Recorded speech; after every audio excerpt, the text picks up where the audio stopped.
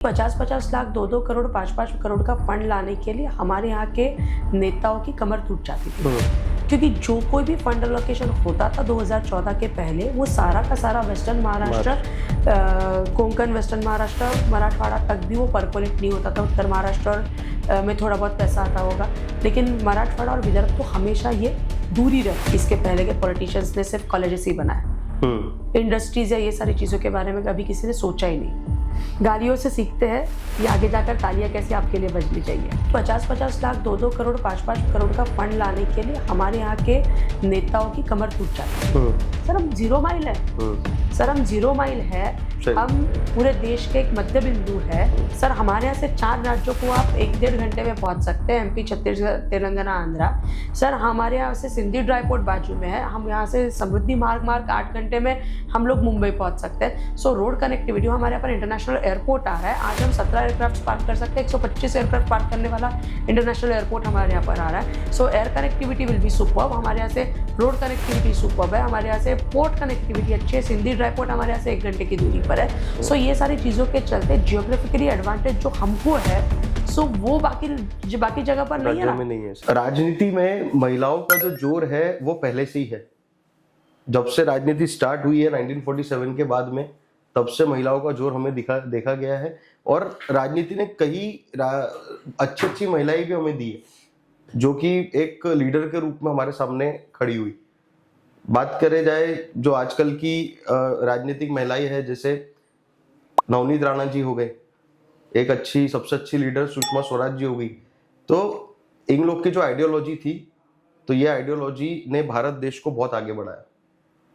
और आज हम ऐसी एक महिला राजनीतिक से मिलने वाले हैं कि जिन्होंने दहाड़ नागपुर से मारी, और आज पूरे विदर्भ में उनके चर्चे हैं, और आज पूरे विदर्भ में वो काम कर रही है। एक ऐसी शख्सियत कि जिनने भारतीय जनता पार्टी को युवा अवस्था में ज्वाइन किया और युवा मोर्चा के साथ जुड़कर जो नींव बोलते हैं युवा अवस्था की नींव, वो भी रखी। और आज विदर्भ जैसे बड़े प्रांत की इन्वेस्टमेंट एडवाइजर के तौर पर है। जब विपक्ष की कोई भी गतिविधि का विरोध करती है, तो विपक्ष को उनकी याद आ जाती है नानी। आज हमारे साथ इस पॉडकास्ट पर है हमारी अपनी शिवानी दादी। नमस्कार ताई। नमस्ते। ठीक है, सबसे पहले तो आपसे यही पूछना चाहूंगा कि आपने बहुत युवा अवस्था में, हमने देखे बहुत युवा अवस्था में अपनी राजनीतिक की जो करियर का है वो स्टार्ट किया, तो राजनीति ही क्यों चुनी आपने? जब अगर एक करियर की बात करें तो बहुत सारे ऑप्शंस रहता है, और आपने बहुत एकदम फ्रॉम द स्क्रैच स्टार्ट किया है, तो पहले राजनीति ही क्यों? कभी ऐसा बहुत सोचने का वगैरह समय नहीं मिला कि क्या करियर चुनना है। कब तय हुआ मुझे पता नहीं, लेकिन जब से समझ में आया तब से तय था कि जाना तो राजनीति में ही है। तो घर से कोई बैकग्राउंड है नहीं। अच्छा, नहीं है, मैं वही। हाँ, घर से कोई बैकग्राउंड है नहीं। मेरे पिताजी स्वयं बैंक में कार्यरत थे, मेरी माताजी हमारी गृहलक्ष्मी है, और बड़ी बहन इंजीनियरिंग कर रही थी, और मैं BSc कंप्यूटर साइंस हूँ। लेकिन डे 1 से पता था कि जाना तो राजनीति में है। सो बचपन में जब विनोद गोरदे पाटिल जी का चुनाव था, मुझे याद है, बहुत छोटी थी मैं, तो वारे कमल आ गया कमल नारे लगाने के लिए घर में मम्मी, अगर चुनाव है और अगर मैं घर में नहीं हूँ, तब फ़ोन और मोबाइल कहाँ होते थे, और इतना सुरक्षा का भी कोई विषय नहीं हुआ करता था। तो मम्मी को पता रहता था कि मैं ऑटो में बैठ के वारे कमल आ गया कमल घूम रही होंगी। सो पता नहीं, कभी डिसाइड करने का समय नहीं आया, लेकिन बचपन से जाना तो राजनीति में ही था। 2014 में जब भारत के राजनीति की पार्टीज की जब काया पलट हुई पूरी तरीके से, जब बीजेपी का पलड़ा भारी हो गया, तो तब बीजेपी से आपको ये उम्मीद थी कि 2014 में कर लेगी? निस्संदेह। और हम लोग का DNA रहा है संघर्ष का, हम लोग हमेशा विरोध में ही रहे हैं। और ऐसा रहता था कि हमारे काम नहीं होंगे, हमारा क्या ही हो जाएगा, क्योंकि सत्ता में तो पता नहीं शायद ही आएंगे, या आएंगे भी नहीं आएंगे। लेकिन 2014 का जो एक दौर चला और 2012 के बाद एक करवट जो देश ने बदली और 2014 में पहले देश में और फिर हमारे प्रदेश में जो एक बदलाव की राजनीति हमने देखी, तो तब एक 2012 के बाद जो हवाओं ने अपनी दिशा बदली है, तब से एक थोड़ा सा कॉन्फिडेंस या फिर आत्मविश्वास ज़रूर बढ़ा है कि हाँ, अब शायद सत्ता परिवर्तन होगा, जिसके लिए हम इतने सालों से प्रतीक्षा कर रहे हैं वो शायद अब होगा।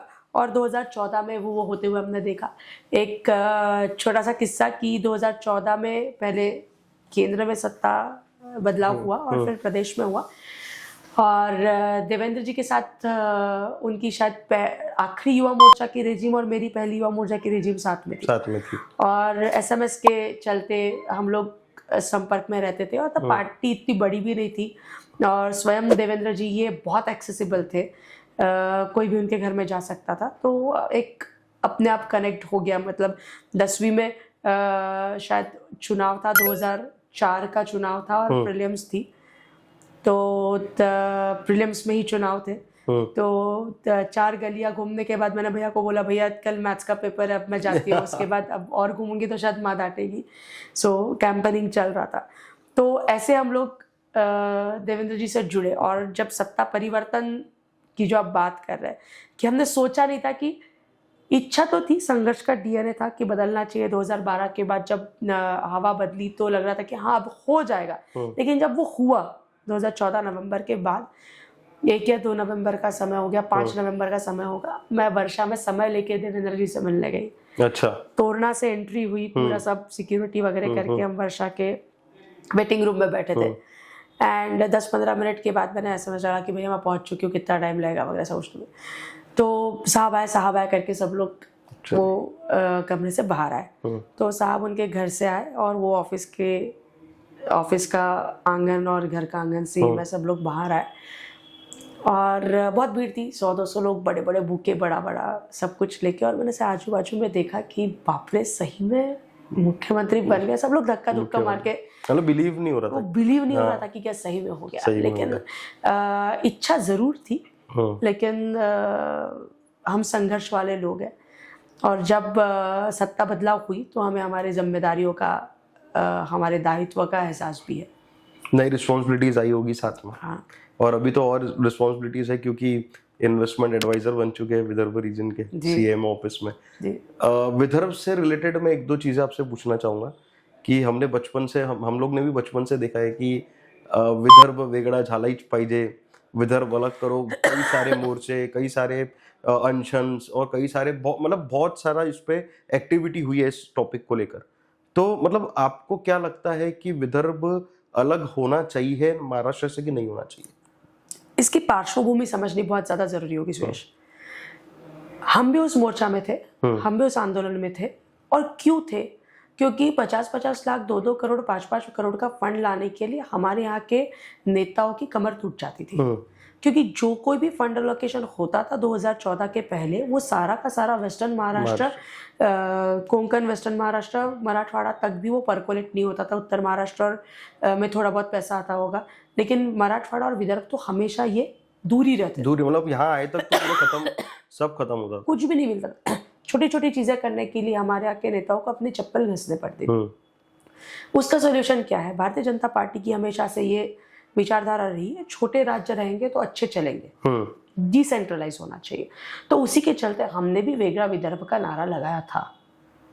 लेकिन अब मुख्यमंत्री भी अपने हैं। लेकिन अब 2014 के बाद का हुआ जो काया पलट हमारे भौगोलिक क्षेत्र का है, वो शायद आप भी मेरे स्टेटमेंट से या भी मेरे विचारों से आप असहमत नहीं होंगे कि हमने सही मायनों में विकास हमारे गली तक, हमारे रास्ते तक, हमारे घर के दरवाजे तक आते हुए देखा है।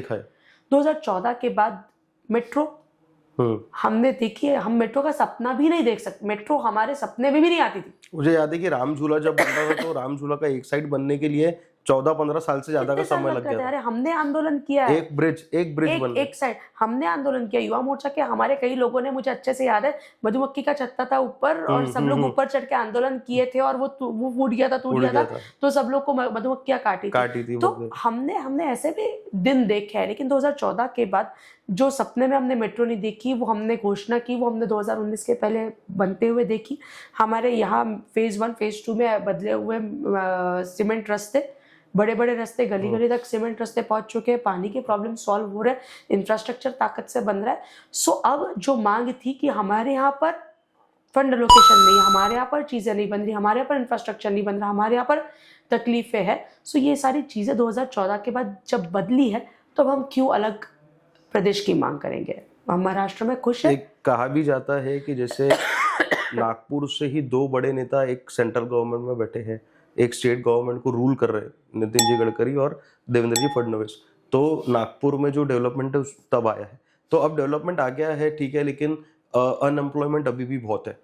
इंडस्ट्रीज आ रही है, जो मतलब अनाउंस करते हैं लेकिन कुछ आ नहीं पाते, जो आई है वो भी जा रही है। सिर्फ मिहान की बात नहीं करूंगा, मिहान के साथ में MIDC बुटीबोरी हो गया, उसके बाद में फिर अपना हिंगना वाला हो गया, तो यहाँ पर भी कई इंडस्ट्रीज आके बंद हुई है। तो उसके पीछे की रीजन क्या है और क्यों हो रहा है ऐसा? फिर 2-3 चीजें। एक कि हमारे यहाँ पर बड़े पैमाने पर इसके पहले के पॉलिटिशियंस ने सिर्फ कॉलेजेस ही बनाए, इंडस्ट्रीज या ये सारी चीजों के बारे में कभी किसी ने सोचा ही नहीं। सिर्फ कॉलेजेस बनाना इतना ही उनका व्यवसाय था, इतनी उनकी विकास की दृष्टि थी, जो उन्होंने किया। लेकिन इतिहास की तरफ अपन बहुत ज़्यादा उसके ऊपर चर्चा करके कोई मतलब नहीं है। लेकिन अब जब 2014 के बाद चीज़ें बदली है, it was started with Dassault, CEAT, ये कंपनियां आई, 1200 करोड़ का निवेश हुआ, आज भी सैकड़ों लोग, हजारों लोग वहाँ पर काम कर रहे हैं। लेकिन जितनी हमारी ज़रूरत है, जितनी हमारी भूख है, उतनी कंपनी अब तक नहीं आ पाई। ये वास्तविकता है, इसमें कोई मतलब कोई राजनीति करने का या कोई बड़े बड़े स्टेटमेंट्स देने का कोई आवश्यकता नहीं है। लेकिन अब चीजें बदल रही है। आने वाले अवाड़ा आई, अवाड़ा का काम चालू हुआ, आने वाले कुछ सालों में 10,000 एम्प्लॉयमेंट वहां जनरेट होगा। वारी का ग्राउंड ब्रेकिंग बचा है, भूमि पूजन बचा है, एक MTC करके कंपनी आई है, उसमें सैकड़ों लोग लगेंगे। हमारे यहाँ पर बहुत सारी कंपनियां, एक बड़ी कंपनी IT कंपनी है जिसका नाम लेना उचित नहीं, क्योंकि NDA या फिर MOU अभी होना बाकी है। सो एक बड़ी IT कंपनी आनी इन प्रोसेस है, जिसमें कम से कम हजारों, मतलब कम से कम 5-7 हज़ार लोग IT डेवलपमेंट के लगेंगे। सो चीज़ें हो रही है। हमारे यहाँ पर बूटीबोरी फेज 1 फेज 2 हुआ, जहाँ पर जगह नहीं मिल रही, नई जगह एक्वायर करने के बाद भी नई जगह नहीं मिल रही, और अभी Nagpur is becoming a best investment location. हमको लोकेशन का एडवांटेज है। सो अभी तक हमको जो प्रॉब्लम थे, या मुझे भी जिसकी जिम्मेदारी दी है, मुझे भी जो मेरा भी दायित्व है कि नए कंपनीज यहाँ पर लाना। तो क्या प्लान्स है आगे? फिर कुछ आपने अभी रिसर्च करे होगे ना आपने? कुछ सर रिसर्च तो कर रहे हैं हम सर, प्लान ऑफ एक्शन भी है सर। ये MTC का काम जो है वो इसका काम चालू हो गया है, जगह अलॉट करके काम चालू हो गया है। एक MRO है जिसका काम ऑलरेडी जगह अलॉटमेंट हो चुकी है। एक लिस्टेड कंपनी है जिसका प्रोडक्शन हाउस आ रहा है 20-30 एकड़ में। दूसरी एक लिस्टेड कंपनी का इट इज अंडर प्रोसेस है। एक IT कंपनी है विच इज अंडर प्रोसेस, जो एक बड़ी IT कंपनी के बारे में बात कर रहा है विच इज अंडर प्रोसेस। सो बहुत सारी चीजें अंडर प्रोसेस है। सो आने वाले 2 से 3 सालों में मैं जिम्मेदारी के साथ ये विधान कर रही हूँ, बिल्कुल पॉलिटिक्स नहीं है इसमें। कोई पॉलिटिकल एडवांटेज या गेन चाहिए इसके लिए नहीं। आने वाले 2 से 3 सालों में as we have got the advantage of location, हमारे यहाँ की लीडरशिप, आने वाली कंपनीज को मिलने वाला red carpet entry, single window clearance, ये सारों के चलते आने वाले 2 से 3 सालों में जो एम्प्लॉयमेंट, जो एम्प्लॉयज या फिर जो एस्पिरेंट्स, जो यूथ यहाँ से वेस्टर्न महाराष्ट्र हो या गुड़गांव हो, हैदराबाद हो, देश के बाहर जा रहा है, उनको यहाँ पर अपॉर्चुनिटीज देने का प्रयास ये 100% हम कर रहे हैं। और आने वाले 2 से 3 सालों में विदर्भ का चेहरा बदलते हुए आपको 100% दिखेगा। गढ़चिरौली में आने वाले स्टील प्लांट्स, हमारे यहाँ पर डेवलप होने वाला लॉजिस्टिक्स का क्लस्टर, हमारे यहाँ पर आने वाला रीन्यूएबल एनर्जी का क्लस्टर, वारी, अवाड़ा, ये सारी कंपनीज है, जुपिटर आ गई है।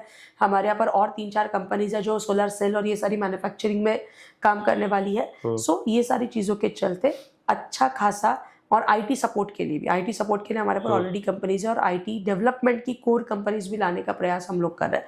सो आने वाले 2 से 3 सालों में, मतलब हर सेक्टर से कुछ ना कुछ आने वाला। आने वाले 2 से 3 सालों में अच्छा खासा चित्र बदलता हुआ दिखेगा। बिल्कुल, मतलब जैसे आप बोल रहे हो तो हो जाए तो काफी बेटर रहेगा विदर्भ और निस्संदेह नागपुर के लोगों के लिए। लेकिन क्या आपको ये नहीं लगता कि ये चीज करने के लिए हम थोड़ा सा लेट हो गए हैं? क्योंकि जो इसके पहले की जनरेशन है, हमारी जनरेशन है, जिनको एक्चुअल नीड थी, जो यहाँ से चले गए हैं पुणे मुंबई। बिल्कुल सर, बिल्कुल देर आए दुरुस्त आए। आए तो it is better late than never, कभी ना होने के लिए कम से कम हो तो रहा है। सो एटलीस्ट हम शुरू तो किए हैं। लेट हुआ है, जो बीत गई सो बात गई, उसके ऊपर बात करके क्या ही करेंगे। पहले वाले पॉलिटिशियंस को नहीं लगाना, सिर्फ कॉलेजेस बनाकर छोड़ दिए, क्यों नहीं लगा किसी को कि 2014 के पहले यहाँ पर कंपनी आनी चाहिए। हमारे यहाँ से मिनिस्टर भी हुए, हमारे यहाँ से बड़े बड़े लोग भी जाने की बात कर रहे थे। तब से अगर नींव रखी जाती तो आज शायद आज चित्र अलग होता। अगर जो बदलाव हमने नासिक में देखा है, पूना में देखा है, बारामती में देखा है, अलग अलग क्षेत्र में देखा है, वो हमारे यहाँ पर भी शायद हो क्या रहा था। एक बीच में बहुत खबर उड़ी थी कि फिल्म सिटी जो है वो भी नागपुर के आसपास बनने वाली है, संजय दत्त भी उसके लिए आने वाले हैं। तो ये सब कुछ, अगर कुछ इसका इसके कुछ बारे में आइडिया? एक्चुअली नहीं पता, क्योंकि ये खबर बहुत उड़ी थी, एक अफवाह ही बोल सकते हैं, क्योंकि इसके ऊपर अगर ये सही होगा तो भी मुझे एक्चुअली इससे जानकारी नहीं, और कम इंफॉर्मेशन रहकर कोट करने वालों में से मैं नहीं हूँ। अर्ध्या हळकुंडात पिवळं जला म्हणतात ते स्टेटमेंट देना उचित नहीं। सो एक्चुअली नहीं पता। ठीक है। अब विदर्भ का देखे तो आपको क्यों लगता है कि मतलब विदर्भ जो है वो डेवलप होना चाहिए? वेस्टर्न महाराष्ट्र और विदर्भ के बीच में अगर एक कंपैरिजन करें तो विदर्भ क्यों, ये नीड ऑफ द आवर क्यों है कि विदर्भ डेवलप होना चाहिए? Sir need of the hour ये कोई ऐसा नहीं है सर, हम रहते हैं यहाँ पर, सो यहाँ पर रहकर जा दिया तले अंधेरा तो रख नहीं सकते। 2 नेता यहाँ से है तो यहाँ पर डेवलपमेंट तो और ये सारी चीजें तो होनी चाहिए। सो ये नीड ऑफ एन आवर है करके नहीं, लेकिन हम तो डेवलप मतलब होना ही है ना, यहाँ नहीं करेंगे तो कहाँ करेंगे। सो पूरे महाराष्ट्र को, देवेंद्र जी ये पूरे महाराष्ट्र के सीएम है, सो ये विकास सबको लेके होगा। लेकिन रही बात विदर्भ की, हमारे पास सबसे बड़ा एडवांटेज है लोकेशन, जो आज तक पॉलिटिशियंस ने जिसके ऊपर कभी खोजी, जिसके ऊपर कभी बात ही नहीं की। तो क्या है लोकेशन? सर हम 0 माइल है, सर हम 0 माइल है, हम पूरे देश के एक मध्य बिंदु है। सर हमारे यहाँ से 4 राज्यों को आप 1-1.5 घंटे में पहुंच सकते हैं, एमपी, छत्तीसगढ़, तेलंगाना, आंध्रा। सर हमारे यहाँ से सिंधी ड्राईपोर्ट बाजू में है, हम यहाँ से समृद्धि मार्ग 8 घंटे में हम लोग मुंबई पहुंच सकते हैं। सो रोड कनेक्टिविटी, हमारे यहाँ पर इंटरनेशनल एयरपोर्ट आ रहा है, आज हम 17 एयरक्राफ्ट पार्क कर सकते हैं, 125 एयरक्राफ्ट पार्क करने वाला इंटरनेशनल एयरपोर्ट हमारे यहाँ पर आ रहा है। सो air connectivity will be superb, हमारे यहाँ से रोड कनेक्टिविटी सुपर्ब है, हमारे यहाँ से पोर्ट कनेक्टिविटी अच्छी है, सिंधी ड्राईपोर्ट हमारे यहाँ से 1 घंटे की दूरी पर है। सो ये सारी चीजों के चलते जियोग्राफिकली एडवांटेज जो हमको है, सो वो बाकी जगह पर नहीं है ना। तो आज नहीं कल ये हमारे यहाँ पर आप 10 दिन पहले का एक सर्वे है कि कौन से सबसे अच्छे इन्वेस्टमेंट डेस्टिनेशन है रियल एस्टेट को लेके, तो पूरे महाराष्ट्र से 2 ही लोकेशन है, एक नासिक और दूसरा महाराष्ट्र है, नागपुर, दूसरा नागपुर है। सो पूरे देश में चर्चा है महाराष्ट्र में कौन से 2 शहर है जो आने वाले दिनों में डेवलप होंगे। न्यू नागपुर आ रहा है सर। तो फिर नागपुर को अलग, विदर्भ को अलग करके नागपुर को कैपिटल बना देना चाहिए ना सर। पूरा महाराष्ट्र ग्रो हो रहा है ना, क्यों अलग करना, सारी चीजें तो आ रही है ना। लेकिन देखो सेकंड कैपिटल पहले था नागपुर, तो करना क्यों, जब तक नहीं हो रहा था तब कर रहे थे। तो अभी आप इसके फेवर में हो कि होना चाहिए या नहीं? सर अब क्यों होना चाहिए सर, पूरा महाराष्ट्र है, साथ ग्रो करेंगे ना, क्योंकि बात डेवलपमेंट की थी तो वो महाराष्ट्र है सर। जब हमारे ऊपर अब कोई ध्यान नहीं दे रहा था, जब कोई चीजें आ नहीं रही थी, तब हम इसकी बात कर रहे थे। अब संयुक्त महाराष्ट्र सब चीजें हो रही है ना, what's there to talk about it. सही अब तो चर्चा की बात, तो विषय ही नहीं है चर्चा। लेकिन फिर भी अभी भी लोग लगे कि हमको अलग चाहिए, तो वो सर राजनीति में तुमको कोई तो भी एक एजेंडा चाहिए रहता है जिंदा रहने के लिए। सो ये उनका एजेंडा है, कोई दूसरा विषय मिल नहीं रहा होगा तो ये उनका एजेंडा है। एजेंडे की बात तो हुई है, तो मैं एक और चीज पूछूंगा। अभी एनएमसी इलेक्शंस पास में है अपने, अभी आएंगे, ठीक है, लेकिन जो ग्रामीण भाग के थे उसके इलेक्शंस हुए और रिजल्ट जो आने वाले थे अगले दिन, वो कोर्ट ने उसको 21 तारीख को पोस्टपोन कर दिया। इस पे कई जो आपके विपक्ष जो पार्टीज है उन लोग के नेताओं का कहना है कि ये और बीजेपी की कोई चाल है, अब तो बीजेपी चुन के आएगी सर। तो ऐसा कुछ सर मेरी इतनी हैसियत नहीं और मेरे ये संस्कार नहीं, और मैं संविधान को मानने वाली व्यक्ति हूँ कि मैं हमारे यहाँ के कोर्ट ने दिए हुए आदेश के ऊपर कुछ बोलूँ। हमारे यहाँ की ज्यूडिशरी ये निष्पक्ष है, हमारे यहाँ की ज्यूडिशरी ये डेंटेड या किसी के हस्तक्षेप में नहीं चलती। अगर कोर्ट ने निर्णय दिया है और कौन से कारणों पर निर्णय दिया है, सो अगर कोर्ट ने निर्णय दिया है तो 21 तारीख को चुनाव आएंगे, और अगर अपने हार का खापर ये इस कारण पर अगर फोड़ना होगा तो विरोधक वोट चोरी को भी लेकर बहुत बात चली है, वो तो अभी प्रोपोगंडा ही बनाया प्रॉपर नेशनल लेवल पे। सर अगर ऐसे कुछ विषय निकाल के आप खुश रहने वाले हो तो खुश रहने के लिए ख्याल अच्छा है।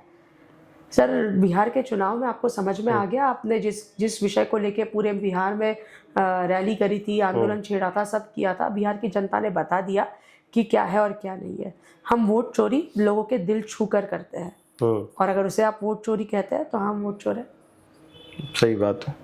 एक चीज और पूछना चाहूंगा कि आपने बहुत करीबी से बीजेपी के लिए, बीजेपी महाराष्ट्र के लिए भी काम किया है, और मतलब भारतीय जनता पार्टी की जो पूरी भूमिका है काम करने की, उस चीज को आप बहुत अच्छे से परखते हैं, अच्छे से जानते हैं। एक चीज मैं आपसे पूछना चाहूंगा कि आज हमने अभी 2 चुनाव देख चुके हैं और तीसरा भी चुनाव पे है हम, है ना? तो क्या होता है कि जो लोग जुड़ते हैं बीजेपी से, अभी रूलिंग पार्टी है, तो जो नए लोग जुड़ते हैं बीजेपी से, कोई दूसरी पार्टी के जो गठबंधन बुद्धि से बोलते हैं, तो वो लोगों को प्रायोरिटी मिलती है टिकट्स के लिए, वो लोगों को प्रायोरिटी मिलती है मतलब सत्ता चलाने के लिए। लेकिन जो पुराने कार्यकर्ता है बीजेपी के, जो इतने सालों से बीजेपी के साथ जुड़े हुए फ्रॉम द स्क्रैच, जब 2014 के पहले से, तो मैंने कहीं ना कहीं उन लोग को पीछे हटते हुए देखा है, मतलब प्रायोरिटी में। तो उसको मतलब ऐसा कहना भी लोगों कि अपने कार्यकर्ता को प्रायोरिटाइज नहीं कर रही है बीजेपी, और जो हमारे गठबंधन में है वहां से आते हैं उनको प्रायोरिटाइज करके उन लोग को सत्ता के तरफ ढकेलती है। सर हम राजनीति में हैं, और राजनीति का अंतिम ध्येय चुनाव जीतना होता है। चुनाव जीतने के गणित में जो लोग बैठते हैं उन्हें वो संधि दी जाती है।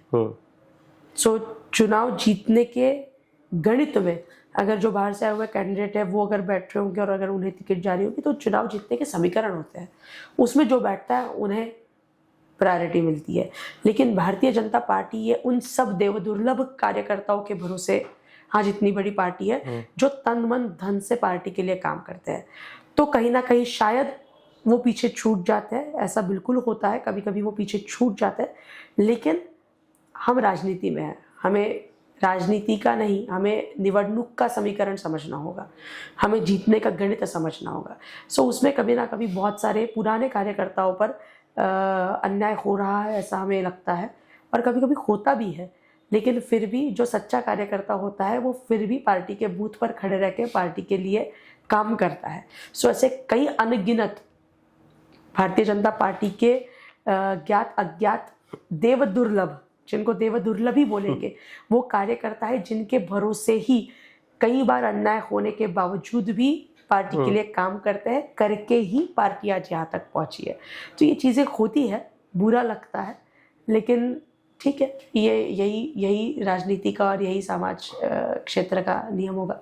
बीजेपी में एक नया समीकरण भी बन रहा है कि जैसे आप बीजेवाईएम के आप जनरल सेक्रेटरी महाराष्ट्र के, तो मैंने ये चीज़ देखी है कि नागपुर में एक ऐसा समीकरण भी बनता है कि सब लोग अपने अपने नेता, जो अपने अपने आमदार है, चुन के रखे हुए, बीजेवाईएम के लोग या बीजेपी के लोग ही, और उनके लिए ही कार्य करने में आगे जा रहे हैं या उनके साथ ही चल रहे हैं। सर मुझे युवा मोर्चा में संदीप भैया लेकर आए, संदीप जोशी जी, जो हमारे महापौर भी रह चुके हैं, जो अभी हमारे विधायक भी है। मैं संदीप भैया और प्रवीण दादा के हाथ के नीचे काम कर चुकी हूँ, उनके हाथ में तैयार हुई कार्यकर्ता हूँ। देवेंद्र भैया के साथ काम किया, लेकिन देवेंद्र जी का मैंने जैसे बताया कि उनकी आखिरी और मेरी पहली रेजिम साथ में थी, तो बहुत युवा मोर्चा में साथ में काम नहीं किया। मैंने संदीप भैया से और देवेंद्र भैया से, प्रवीण भैया से एक चीज़ सीखी है, even for that matter Devendra ji से भी, कि युवा मोर्चा ना ये दोस्त बनाने का एक माध्यम है। अच्छा। युवा मोर्चा में हम राजनीति करने नहीं आते। हमें प्रवीण दादा से, संदीप दादा से यही सीखा है कि युवा मोर्चा में सिर्फ दोस्त बनाना, क्योंकि अभी पार्टी सत्ता में है, पार्टी बड़ी हुई है, तो हमारे सिर्फ कुछ दोस्तों के मस्तिष्क में शायद राजनीति होगी, लेकिन युवा मोर्चा में बहुत ज़्यादा राजनीति का विषय नहीं चलता। हम यही सीख सीख कर बड़े हुए, यही चीज़ बताने का भी प्रयास करते हैं आने वाली जनरेशन को।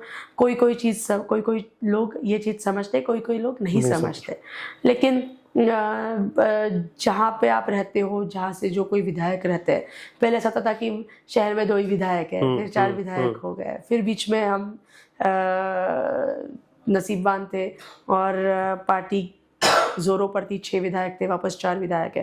सो जहाँ से आप आते हो वहाँ के विधायक का नाम आपसे जुड़ना ये बहुत स्वाभाविक और नैसर्गिक है। लेकिन युवा मोर्चा में राजनीति नहीं करनी चाहिए, नहीं करते हैं। हम वही सीखे हैं, हम वही बताने का प्रयास करते हैं। फिर राजनीति करने के लिए तो भाजपा है ही। युवा मोर्चा को अगर लिंक करे, 2 और ऑर्गेनाइजेशन है, युवा मोर्चा को अगर लिंक करे बजरंग दल और आरएसएस से तो क्या इसमें लिंक अप अगर करे तो क्या समानता है या क्या फर्क है इनमें? सर ये क्या अलग अलग, मतलब ये लिंक हो ही नहीं सकता, इसका कंपैरिजन भी गलत है, कोई लॉजिक ही नहीं है। आरएसएस हमारे विचार परिवार का एक वटवृक्ष है जिसकी अलग अलग ब्रांचेस ये बाकी सारी संगठनाएं हैं। सो हम सारे लोग अपने अपने क्षेत्र में देश को सर्वप्रथम मानकर काम करते हैं। हम तीनों में एक समानता क्या है कि हम राष्ट्र पहले, हमारे भारतीय जनता पार्टी का भी ब्रीद वाक्य है, nation first, party second, self last. So हम सेल्फ लास्ट मानने वाले लोग हैं, हम सेल्फ लास्ट मानने वाले लोग हैं। और हम तीनों लोग नेशन फर्स्ट, ये हमारी कॉमन एजेंडा है। फिर आरएसएस के काम करने की मॉडस ऑपरेंडी अलग है, बजरंग दल की काम करने की मॉडस ऑपरेंडी अलग है। बजरंग दल ये हिंदुत्व इस क्षेत्र पर काम करता है और युवा मोर्चा ये राजनीति में काम करता है। सो अलग अलग क्षेत्र में काम करने वाली तीनों संगठनाएं हैं, लेकिन तीनों संगठनाओं का एक समान दुआ है, वो मतलब नेशन फर्स्ट। ठीक है, नेशन फर्स्ट है, सेल्फ लास्ट है, सब ठीक है। लेकिन हमने अभी देखा कि जैसे देवेंद्र फडणवीस जी के साथ आपने काम किया है, तो उन्होंने मतलब हमने सबने देखा है कि मुख्यमंत्री की सीट पर बैठने के लिए देवेंद्र फडणवीस जी ने महाराष्ट्र की राजनीति पे अभी जो हुई है उसमें ईडी चोटी का जोर लगा दिया। अगर यही आपका परसेप्शन है तो आपका रीडिंग एकदम गलत है। या तो आप देवेंद्र फडणवीस जी को नहीं समझ पाए, या फिर आप महाराष्ट्र की राजनीति को समझने के लिए असफल है। देवेंद्र जी को अगर मुख्यमंत्री पद के सीट की, उस कुर्सी की अगर लालसा होती तो जब एकनाथ शिंदे जी मुख्यमंत्री बने थे तब वो बने रहते और तब किसी ने रोका भी नहीं होता, तब बहुत संभव था। और तब हम सब ने देखा कि उन्होंने उप मुख्यमंत्री रहना पसंद किया और एकनाथ शिंदे जी को मुख्यमंत्री बनाया। सो देवेंद्र फडणवीस जी को कुर्सी की लालसा तो है ही नहीं, लेकिन उनके नेतृत्व में महाराष्ट्र का विकास ये और तेज गति से हो सकता है। इस दायित्व का, इस जिम्मेदारी का पता होना ये उनको है कि अपनी जिम्मेदारी क्या है, क्यों हमें इस महाराष्ट्र का नेतृत्व करना आवश्यक है। और उस चीज को समझने के लिए वो आज उस चीज को समझ के उस पर काम करने के लिए वो आज महाराष्ट्र का नेतृत्व कर रहे हैं। अगर उनको बनना होता तो 2.5 साल में ही वो उप मुख्यमंत्री नहीं मुख्यमंत्री बने रहते। अब तो जनता ने मैंडेट दिया है उनको, अब काहे का ईडी चोटी का जोर, अब तो जनता ने मैंडेट दिया। जनता ने मैंडेट 19 में भी दिया था और देवेंद्र जी के चेहरे पर दिया था, तब तो किसी ने हमारे पीठ पर छुरा भोंका था। और उसके बाद 2.5 साल बाद जब सिचुएशन देवेंद्र जी ने तैयार होते हुए देखी, तब देवेंद्र जी कह सके रहते कि मैं मुख्यमंत्री बन सकता और किसी ने रोका नहीं है। सो ये एकदम ये स्टेटमेंट को ही है। और देवेंद्र जी को महाराष्ट्र का विकास ये सबसे पहले दिखता है करके ही उसी हेतु को मद्देनजर रखते हुए काम कर। आपने स्टार्टिंग में जैसे बोला था कि आप इतने पहले से जब जुड़े हुए हैं बीजेपी के साथ में, ऑटो में बैठ के नारे लगाते थे, एसएमएस के थ्रू मैसेज पहुंचाते थे, जो भी है, तो अभी आफ्टर कोविड मतलब हर चीज डिजिटलाइजेशन की तरफ मुड़ चुकी है। मतलब आजकल ऐसा हो गया है कि भैया डिजिटल अगर इंटरनेट पे या सोशल मीडिया पे अगर आप है तो मतलब पर्सनैलिटी अलग हो गई है। तो राजनीतिक में अब डिजिटलाइजेशन का क्या एक दबाव देखते हैं या क्या एक प्रभाव देखते हैं? हर बार लोगों तक पहुंचने का जरिया बदला है। पहले न्यूज़पेपर्स हुआ करते थे और वही लोगों तक पहुंचने का जरिया था। उसके पहले रेडियो हुआ करता था, फिर टीवी आया, न्यूज़पेपर आया, आज सोशल मीडिया आया। सोशल मीडिया के पहले तक एडिटोरियल कॉल पर सारी चीजें निर्भर रहती थी कि क्या लोगों तक पहुंचेगा। सोशल मीडिया आने के बाद आप स्वयं खुद के एडिटर हो, आप तय करते हो कि लोगों तक क्या पहुंचाना है। ये एक अवसर है जिसको भारतीय जनता पार्टी ने समझा, और 2014 में जो क्रांति आई, इस देश ने बदलाव देखा, उसमें सोशल मीडिया का बहुत बड़ा एक सिंह का वाटा जिसको बोलेंगे वो रहा है। और आज भी जनता तक पहुंचने के लिए सोशल मीडिया का उपयोग हर एक राजनीतिक पार्टी करती है, लेकिन स्ट्रक्चरल वे में, ऑर्गेनाइज्ड वे में भारतीय जनता पार्टी उसका उपयोग करने का प्रयास करती है और कर रही है। सोशल मीडिया ये एक अवसर है, एक वरदान है, जिसका उपयोग भारतीय जनता पार्टी बहुत अच्छे तरीके से करने का प्रयास कर रही है। आपको ऐसा नहीं लगता कि हम जैसे दिखते हैं कि नेशनल लेवल पे, ठीक है, स्टेट लेवल पे और लोकल लेवल पे, 3 लेवल है। नेशनल लेवल पे बीजेपी का जो सोशल मीडिया सेल है या आईटी सेल हम जिसे कहते हैं, वो काफी एक्टिव है कि वो एक प्रोपोगंडा बना के सब चीजें मतलब प्रॉपर बीजेपी के फेवर में निकाल लेता है। लेकिन वहीं अगर दूसरी ओर देखा जाए तो महाराष्ट्र और लोकल जो अपने जैसे नागपुर जैसे सिटी होगी, तो वहाँ की आईटी सेल कहीं ना कहीं उस चीज को लेकर कमी दिखती है। एक कि प्रोपोगंडा ये शब्द गलत है, हम कोई प्रोपोगंडा तैयार नहीं करते हैं। ये एक हवा चलती है, एक नैरेटिव सेट होता है, उसी के ऊपर काम करने का प्रयास करते हैं।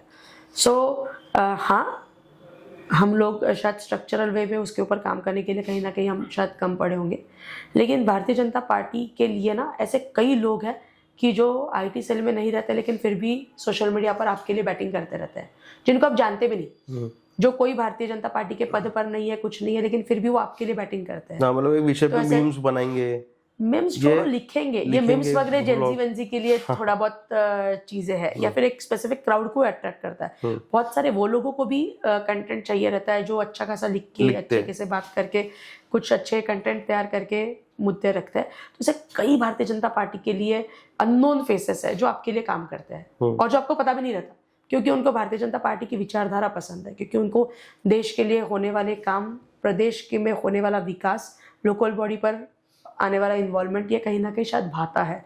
ऐसे कई लोग हैं वो काम करते हैं जिसकी वजह से आपको जहाँ पर आईटी सेल हमारा स्ट्रक्चरल वे में जो है वो शायद कम काम करता हुआ अगर आपको दिख रहा है, तो ये लोग कहीं ना कहीं उसकी भरपाई कर देते हैं। तो अगर ऐसा है तो उस पर शायद काम करें वही। लेकिन अगर देखा जाए तो जैसे जो महाराष्ट्र लेवल पे आईटी सेल अभी काम करता है, लोकल लेवल पे काम करता है, वो कहीं ना कहीं जैसे मोदी जी नेशनल लेवल पे है, तो मोदी जी का बहुत ही तगड़ा, एकदम ही तगड़ा पीआर है। मतलब वो कहीं पर भी जा रहे हैं तो सब चीजें मतलब पूरा नेशनल लेवल पे, इंटरनेशनल लेवल पे पहुंच जाती है। तो मतलब मेरा ऐसा मानना है कि जैसे महाराष्ट्र में जो हमारे सीएम है देवेंद्र फडणवीस जी, तो उनका भी उतना मतलब तगड़ा होना चाहिए कि मुझे नहीं पता कौन सी चीज़ पर आप गौर कर रहे हैं। मैं देवेंद्र जी के सारे हैंडल्स को फॉलो करती हूँ और शायद देवेंद्र जी ऐसे रेयर मुख्यमंत्री में से एक मुख्यमंत्री होंगे, बाकी सारे मुख्यमंत्रियों के पेजेस फॉलो करिए आप। मैं बेस्ट है ये बोलूँगी नहीं, लेकिन हर एक पल की जानकारी आपको देवेंद्र जी का है उनके सोशल मीडिया हैंडल पर रहकर पता चल जाती है। कल शाम को देवेंद्र जी नागपुर में थे, ये उनके सोशल मीडिया हैंडल से पता चला। अच्छा। क्योंकि वो 2-4 शादियां अटेंड करे। So one of the fastest active pages या सोशल मीडिया हैंडल से देवेंद्र जी के हैं और शायद आप करेक्ट पेजेस को फॉलो नहीं कर रहे हैं। ओके, क्योंकि मतलब मैक्सिमम ऐसा होता है कि एक नेता है, पॉपुलर है, तो उनके अलग अलग पेजेस बनते हैं, अलग अलग फेक प्रोफाइल बनती है। और मेरे ख्याल से तो आपका क्या ऐसा मानना है कि विपक्ष भी बनाता होगा ये सब करने के लिए? करते होंगे सर। करती होंगे, कोई नहीं, चलो ठीक है। आपने जब अपना करियर स्टार्ट किया, मतलब राजनीति में जब आगे बढ़े, आपको अच्छे लोगों का तो साथ मिला ही है, लेकिन बीइंग अ लेडी बहुत सारी चीजें फेस करना पड़ता है। अब हम देखते हैं कुछ पॉलिटिकल चीज में ज्यादातर युवा लोग ही रहते हैं, मतलब युवा नहीं, लड़के लोग ज्यादा रहते हैं। मतलब कुछ जीत गया तो तमाशे करेंगे, कोई हार गया तो तमाशे करेंगे।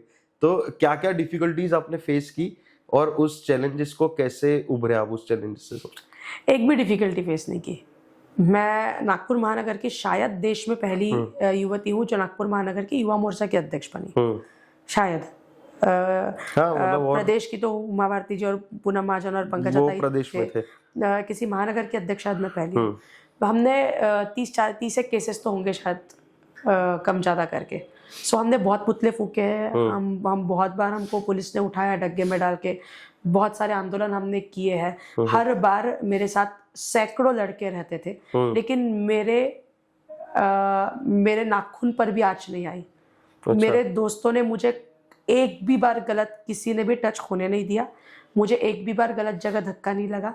ये भारतीय जनता पार्टी के संस्कार है। भारतीय जनता पार्टी एक परिवार के तौर पर रहती है। मैं रात को 2 बजे भी आऊँ तो भी मुझे घर पे छोड़ा गया, मुझे 3 बजे निकलना है तो भी मुझे घर से किसी ने लिया गया। और ये सब होते हुए मेरे परिवार में पहले माँ पिताजी को और बाद में सास ससुर जी को कभी जीवन में ये प्रश्न नहीं आया कि मुझे कौन छोड़ रहा है, कौन उठा रहा है, कौन घर से लेकर जा रहा है। ये भारतीय जनता पार्टी का इतना सुरक्षित माहौल है, एक भी चैलेंज नहीं आया महिला होकर कि जो महिलाओं को स्पेसिफिकली चैलेंजेस आते हैं। हम एक विचार परिवार है, हम एक परिवार है भारतीय जनता पार्टी, और इसमें सारे लोग एक साथ रहते हैं। मुझे एक युवा मोर्चा के दोस्त का ही फ़ोन आ रहा है, ये सारे दोस्तों ने सगी बहन पर जितना प्यार करेंगे उतना प्यार किया है।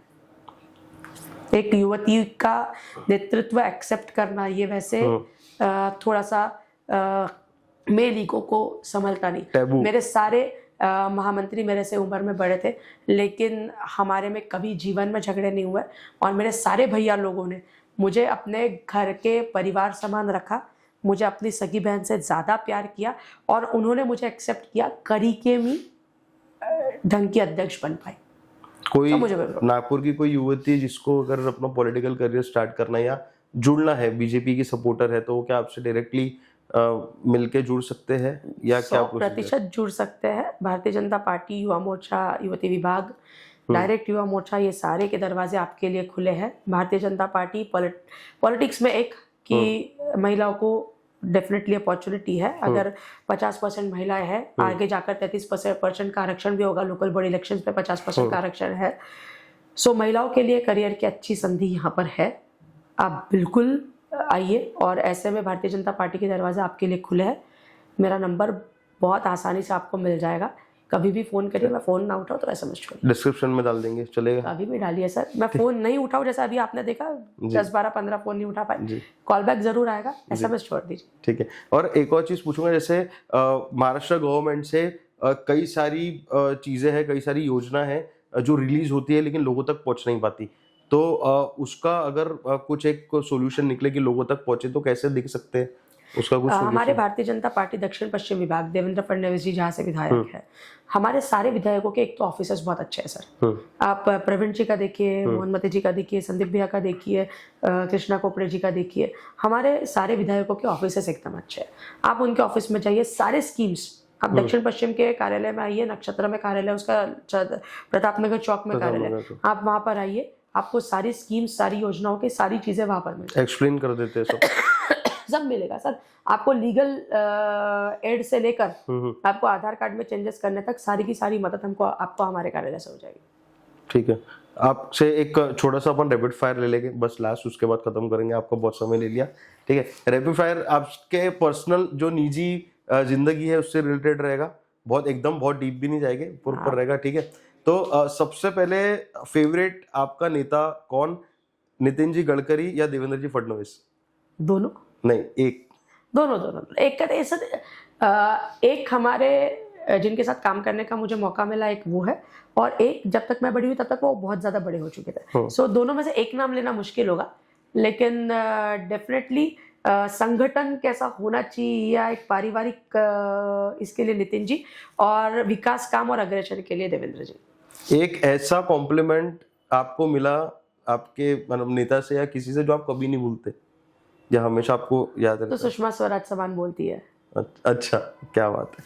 और एक और चीज, शिवानी दानी वाकरे को 3 शब्दों में आप कैसे परिभाषित करेंगे?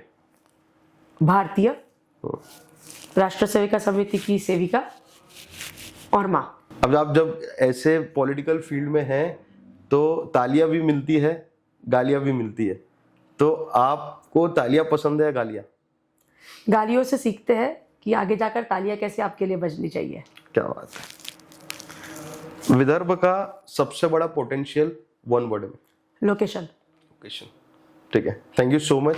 तो ये थी हमारे साथ में हमारे नागपुर विदर्भ की शेरनी शिवानी दानी ताई, जिन्होंने बहुत कम उम्र में ही राजनीति ज्वाइन की और युवाओं को राजनीति में कैसे सफल होना चाहिए या राजनीति में आप कैसे काम कर सकते हैं इस चीज से परिभाषित किया, इस चीज से पूरा डिटेल बताया। ऐसे ही पॉडकास्ट के लिए हमारे साथ यानी नेक्स्ट टॉक्स पे जुड़े रहे। मैं सुयश सेठिया, नमस्कार।